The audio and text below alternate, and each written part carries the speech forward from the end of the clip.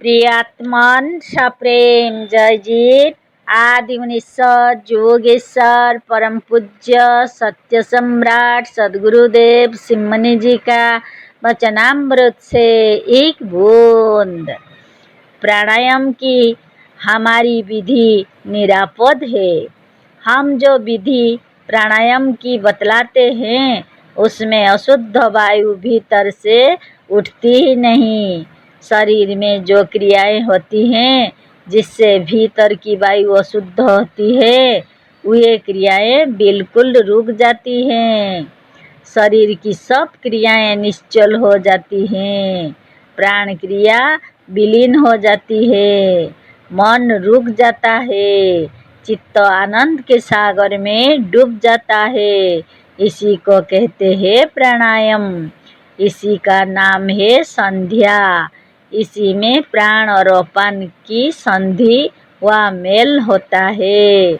इसीलिए इस अद्भुत मेल को संध्या कहते हैं। इसमें दोनों प्राण शक्तियाँ जिसमें से एक बाहर नाक से 16 अंगुली के करीब पर और दूसरे का 16 अंगुली नाक से नीचे भीतर की ओर निवास स्थान है। धीरे धीरे ऊपर को बढ़ती है और आज्ञा चक्र त्रिकुटी स्थान में आकर मिल जाती है।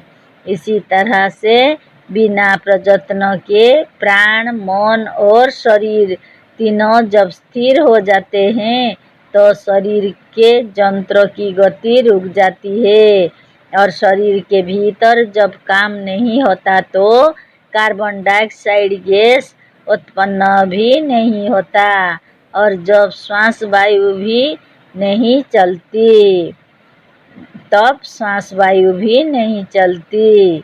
शरीर पर जितना ही अधिक परिश्रम पड़ता है व शरीर के यंत्र जितना ही अधिक काम करते हैं उतना ही अधिक कार्बन डाइऑक्साइड गैस शरीर के भीतर उत्पन्न होता रहता है क्योंकि यह गैस विस्तुल्य होता है।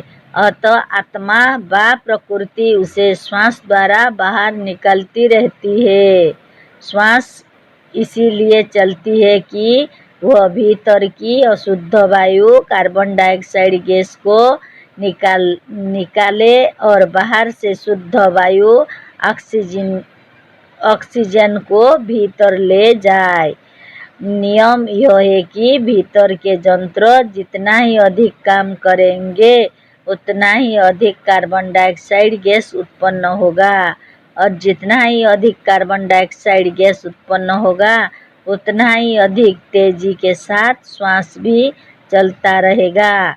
इसी नियम के अनुसार दौड़ने पर या और कोई दूसरा परिश्रम का कार्य करने पर श्वास अत्यधिक चलता है और कोई दूसरा परिश्रम का कार्य करने पर श्वास अत्यधिक चलता है और धीरे धीरे चलने या कम परिश्रम करने से श्वास का वेग कम हो जाता है। इसी तरह से स्थिर बैठ जाने पर श्वास का वेग बहुत कम हो जाता है।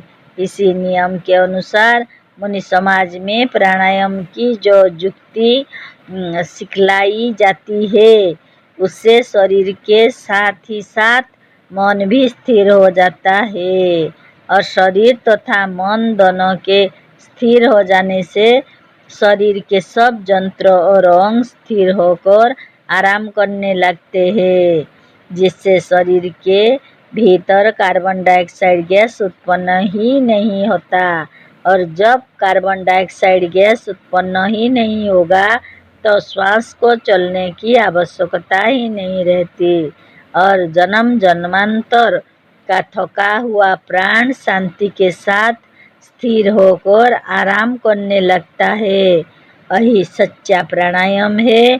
ऐसे समय में जिस आनंद का अनुभव होगा उसी को ब्रह्मानंद कहते हैं। जय जीव।